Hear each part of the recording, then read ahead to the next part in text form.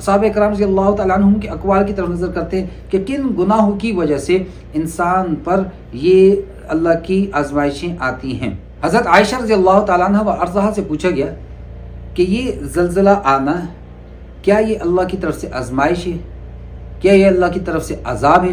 تو حضرت عائشہ رضی اللہ تعالیٰ عنہ و ارضاہا فرماتی ہیں جس کا مفہوم ہے کہ یہ ایمان والوں کے لیے نصیحت ہے اور کافروں کے لیے عذاب ہے۔ اور قرآن مجید میں بھی جب اللہ تبارک و تعالیٰ واقعات بیان کرتے ہیں لآیۃ لقوم یفقہون یعقلون یذکرون، نصیحت حاصل کرنے والوں کے لیے، عقل والوں کے لیے، سمجھ بوجھ والوں کے لیے اس میں نشانی ہے، اللہ خود فرما رہے ہیں۔ تو ہر چیز، حدیث کا مفہوم ہے مومن کا کوئی عمل اجر سے خالی نہیں ہے۔ تکلیف آتی ہے صبر کرتا ہے اجر ملتا ہے، خوشی آتی ہے اللہ کا شکر ادا کرتے ہیں اس کو اجر ملتا ہے۔ تو وہ اعمال، وہ گناہ جن کی وجہ سے انسان پر زلزلے آیا کرتے ہیں، تو ان میں سے ایک روایت حضرت ابن عمر رضی اللہ تعالیٰ عنہ کی ہے، بخاری شریف کی حدیث نمبر 3485 ہے۔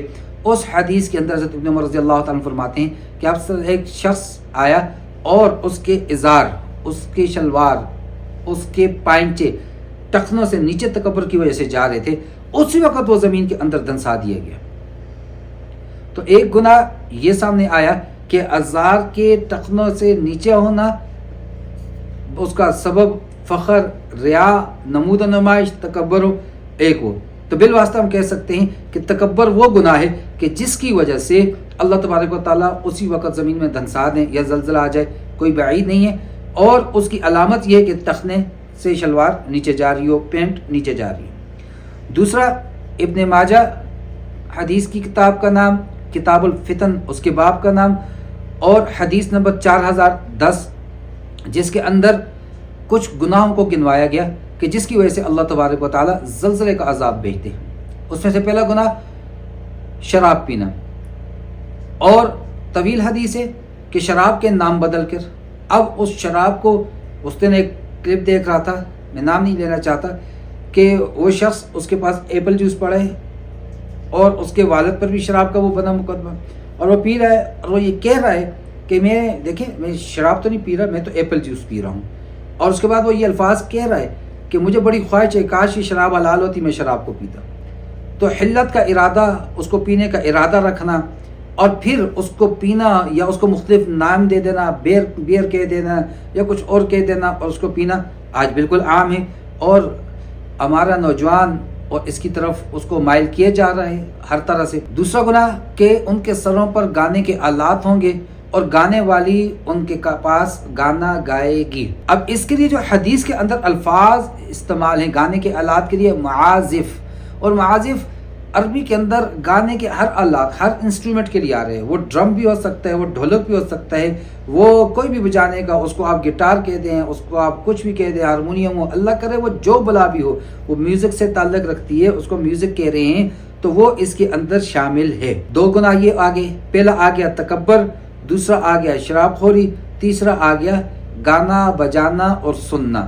یہ تین گناہ جس کی وجہ سے اللہ تبارک و تعالیٰ عذاب بھیجا کرتے ہیں، اور عذاب زلزلے کی صورت میں، اللہ چاہے جس طرح بھی دیں لیکن اللہ زلزلے کی صورت میں عذاب کو بھیجتے ہیں۔ مستدرک الحاکم کے اندر کتاب الفتن میں ایک حدیث روایت کی گئی ہے کہ آپ صلی اللہ تعالیٰ علیہ وسلم نے فرمایا کہ میری امت میں کچھ لوگ ہوں گے کہ رات کو وہ کھانا کھائیں گے، اس کے بعد لہو و لعب کے اندر لگیں گے، اور بین القوسین اس کو کہا کہ وہ میوزک، گانے بجانے کی محفلیں کریں گے۔ صبح کو وہ اٹھیں گے اور ان میں سے کچھ گھرانے قبیلے وہ گھروں سمیت زمین کے اندر دھنسے ہوئے ہوں گے، اور کچھ لوگوں کو اٹھیں گے اللہ تبارک و تعالیٰ صورت مسخ فرما دیں گے، صبح کو اٹھیں گے وہ خنزیر بنے ہوئے ہوں گے، جس طرح کہ پہلی امتوں میں ہوتا رہا ہے اس سے پہلے بھی۔ اور وہ کس وجہ سے ہوتا تھا؟ 5 آپ صلی اللہ تعالی وسلم نے گناہ گنوائے وہاں پر: شراب، سود، ریشم پہننا، گانے بجانے اور قطع رحمی۔ 5 گناہ آپ صلی اللہ تعالی علیہ وسلم نے گنوائے کہ جس کی وجہ سے صبح کو لوگ اٹھیں گے، عمارتیں زمین کے اندر پڑی ہوں گی یا صورت مسخ کر کے خنزیر جیسی بنا دی جائیں گی۔ اب ایک اور حدیث قرب قیامت کے علامات میں سے حضرت عائشہ رضی اللہ تعالی عنہ و ارضا سے روایت ہے، جو آپ نے فرمایا زلزلے کثیر آئیں گے تو اس میں گناہ کون سا ہوگا؟ بڑی تفصیل سے حدیث ہے کہ غیروں کے لیے، عورتیں غیروں کے لیے خوشبو استعمال کریں۔ خاوند گھر پہ آتا ہے، اس سے ادرک کی، اس سے لہسن کی، اس سے ہر چیز کی بو آ رہی ہے، لیکن وہی جب خاوند اس کو کہتا ہے کہ چلیے کہیں جانا ہے، تو وہ اس کو کہتی ہے ذرا ٹھہریے میں تیار ہو جاتی ہوں. پھر وہ شاور لے گی, کپڑے چینج کرے گی, خوشبو لگائے گی. جس کے لیے بندنا سورنے کا شریعت نے حکم دیا ہے اس کے لیے نہیں تیار ہونا. باہر جانے کے لیے, کزن کے لیے, کزن کی شادی, فلاں کی شادی, فلاں کوئی ایونٹ ہے اس میں جانے کے لیے تیار ہو رہی ہیں. غیروں کے لیے, وہ خواہ مرد ہو عورت ہو, غیروں کے لیے خوشبو کا استعمال کرنا, یہ پہلا. دوسرا, غیروں کے سامنے ننگا ہونے میں کوئی حجاب نہیں ہوگا. اب غیروں کے سامنے ننگا ہونے سے کیا مراد ہے یہ سمجھ لیجئے.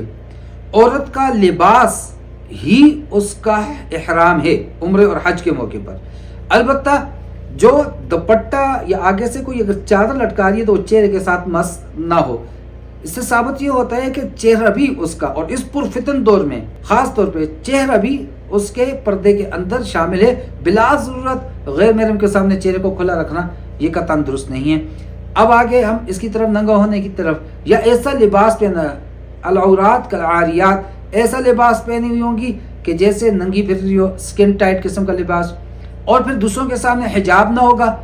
سوشل میڈیا کا زمانہ ہے, ہماری اپلیکیشنز کو لے لیں آپ, ٹک ٹاک کو اٹھا کر دیکھ لیجئے, لائکی کو اٹھا کر دیکھ لیجئے, اسنیپ چیٹ کو اٹھا کر لے لیجئے, فیس بک, یوٹیوب کی ریلز پہ دیکھ رہے ہیں ہم, انسٹاگرام پہ, ہر کہیں پر گھروں کے اندر بیٹھی ہیں, اپنے گھر کے اندر, اپنے کمرے کے اندر, اور انتہائی نازیبا لباس میں نازیبا قسم کی ویڈیوز بنا کر اور اس کو پبلک اور پوسٹ کیا جا رہا ہے.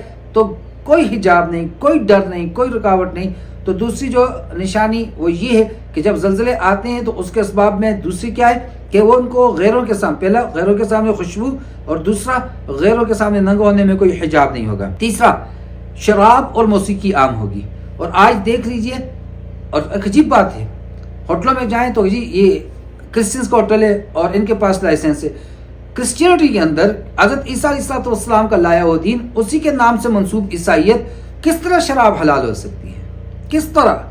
تو ایک عیسائی, اس کے راہب کے الفاظ مجھے اب بھی یاد ہے, اس نے کہا کہ ہم تو خود حضرت عیسیٰ علیہ السلام کے مذہب والے ہیں, ہم تو خود کیتھولک ہیں, ہم کہاں شراب کو حلال کہہ رہے ہیں کہ ہمارے نام پر پرمٹ لیے جا رہے ہیں. عیسائیت میں کہاں پر, یہ بھی دین الہی ہے, تو دین الہی میں شراب کہاں پر حلال ہو رہی ہے؟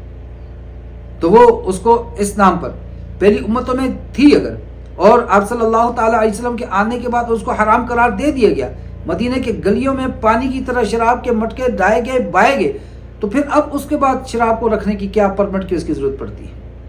جبکہ اس پر شراب خریدنا, بنانا, اٹھانا, اس کو لے کر جانے والا, اس پہ گواہ بننے والا سود کی طرح, یہ بھی بالکل حرام ہے. تو پھر اس کو پرمٹ لے کر بھیجتے ہیں.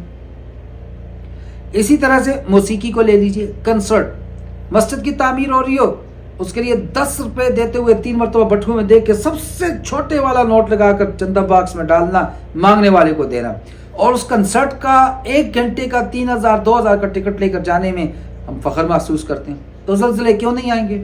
موسیقی عام.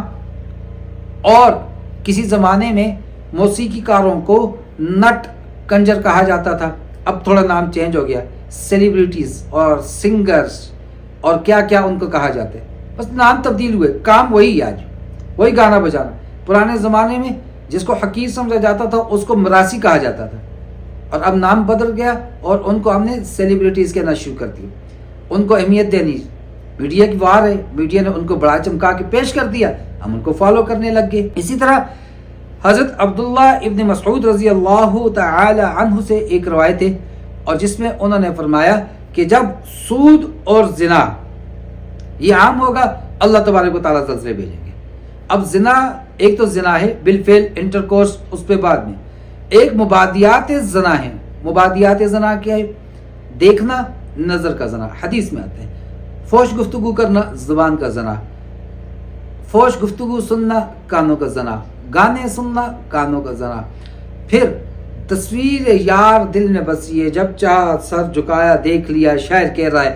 دل کے اندر, اللہ کے گھر کے اندر, اللہ کے مسکن کے اندر ایک محبوب کی تصویر کو رکھنا, اس کا تصور کرنا, تصوراتی زنا ہے. اب بد نظری ہے, بد سمائی ہے, بد دیانی ہے, اور تصورات ہمارے غلط ہیں, اور جو قدم اس بے حیائی کے لیے اٹھ کے جاتے ہیں, یہ قدموں کا زنا ہے. جب یہ سارے کے سارے مبادیات زنا کتنے عام ہو چکے ہیں, آپ کوئی بھی پلیٹ فارم پہ چلے جائیں, کسی بھی جگہ پر چلے جائیں. حد تو یہ کہ تعلیمی اداروں کے اندر موسیقی کے پروگرام ہو رہے ہیں, کنسرٹ ہو رہے ہیں, 12-13 سال کی بچی جس کو ہم بچی کہہ کے پکار رہے ہوتے ہیں، اور وہ دوپٹہ گلے میں ہے یا نہیں اور ناچ رہی ہے، پرفارم کر رہی ہے، اور والدین اس پہ تالیاں مار رہے ہیں اور فخر سے کہہ رہے ہیں یہ جو ہے یہ میری بچی ہے، یہ والی ہے، اور اس پہ فخر کر رہے ہیں، تو پھر عذاب کیوں نہ آئے، زلزلہ کیوں نہ آئے؟ چاہیے تو یہ کہ اللہ تبارک و تعالیٰ پوری امت کو زمین کے اندر دھنسا دیں، لیکن یہ اللہ کی کرم نوازی ہے۔ اللہ فرما رہے ہیں سورہ فاطر آخری آیت 22 پارہ، وَلَوْ يُؤَاخِذُ اللَّهُ النَّاسَ بِمَا كَسَبُوا مَا تَرَكَ عَلَى ظَهْرِهَا مِن دَابَّةٍ، اگر اللہ تبارک و تعالیٰ لوگوں کو ان کی کمائیوں پر، ان کے کرتوتوں پر، ان کے کارناموں پر، ان کے کاموں پر، ان کے شب و روز پر اللہ پکڑنے لگ جائیں، ما ترک علی ظہرها من دابہ، زمین پہ چلنے پھرنے والا کوئی باقی نہ بچے۔ یہ تو اللہ کی کرم نوازی ہمارے اوپر، اللہ کا رحم ہے ہمارے اوپر کہ اللہ تبارک و تعالیٰ آپ صلی اللہ تعالیٰ علیہ وسلم کے وسیلے سے، آپ کی دعاؤں کی برکتوں سے ہمیں اکٹھا اس روئے زمین سے فنا نہیں فرما رہے ہیں۔ تو ایک اس کے ظاہری اسباب تھے اور ایک اس کے باطنی اسباب۔ تو یہ باطنی اسباب ہیں، یہ ہماری وہ غلطیاں ہیں جن کی وجہ سے اللہ تبارک و تعالیٰ کی طرف سے آزمائش آتی ہے۔ اللہ خود فرماتے ہیں وَلَنَبْلُوَنَّكُمْ بِشَيْءٍ مِّنَ الْخَوْفِ، ہم ضرور بھی ضرور تمہیں آزمائیں گے خوف سے، والجوع بھوک کے ساتھ، وَنَقْصٍ مِّنَ الْأَمْوَالِ وَالْأَنفُسِ تمہارے مالوں کی کمی کے ساتھ، تمہاری جانوں کے ختم ہونے کے ساتھ، تمہارے لوگوں کے مرنے کے ساتھ، وَالثَّمَرَاتِ کھیتیوں میں پھلوں میں کمی کے ساتھ۔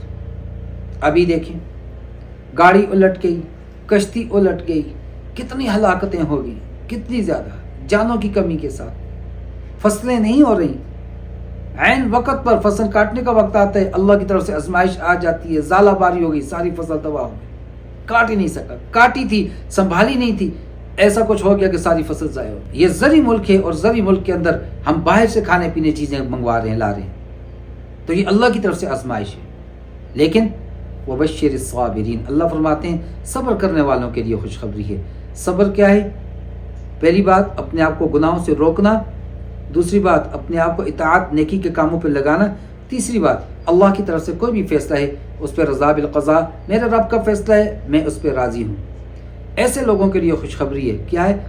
جب یہ لوگوں پہ کوئی آزمائش آتی ہے وہ کہتے ہیں انا للہ، ہم اللہ ہی کے لیے ہیں، وَإِنَّا إِلَيْهِ راجعون، ہم نے اسی کی طرف لوٹ کر جانا ہے۔ اللہ فرماتے اولئک علیہم صلوات من ربہم ورحمہ، ان پر اللہ کی طرف سے سلامتیاں اور رحمتیں، اور یہی لوگ اولئک هم المہتدون ہدایت والے ہیں۔ اللہ رب العزت مجھے اور آپ کو ان تمام گناہوں سے بچنے کی توفیق عطا فرمائے، اور اللہ تبارک و تعالیٰ مجھے اور آپ کو نیکیاں کرنے کی توفیق عطا فرمائے۔ وما علینا الا البلاغ۔ السلام علیکم ورحمۃ اللہ وبرکاتہ۔